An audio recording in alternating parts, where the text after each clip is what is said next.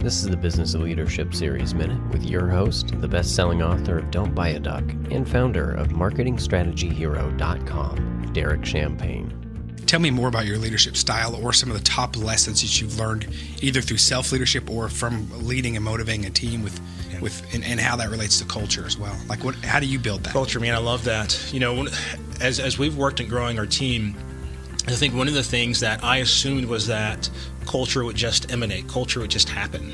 You know, if I have a good attitude, if maybe I'll do this, I'll lead by example, and culture will just take care of itself. And I really realized that that's not necessarily the case. I think that you have to be deliberate on culture too.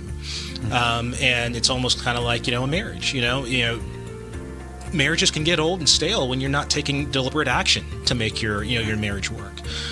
So it's that way, being a leader and leading a team. The way I look in terms of being a leader with my team is that my job when someone comes into organization is what can I do to allow them to be successful in whatever it is they're trying to make of their career. Our company, OmniX, is the vehicle to give them whatever attainment they're trying to get to, right? And so if I'm trying to structure in that sense, I need to make sure they're working on projects that are fulfilling for them, projects that they are passionate about. If they need something to do their job better, I need them to tell me that, because that's not my job to, if I can, to get that, place that in their within their grasp, basically. Right. And so the other piece that I had to do, kind of coming from that finance background and me kind of being in charge and doing different things, I had to learn to delegate. And I really wanted to say where I got to turn it from is, here's the goal, here's our vision, here's where we're trying to get to. That's my job, make sure everyone's on the same page. But in terms of, that's the reason why I hired you here, because you've got a great way to go about doing it.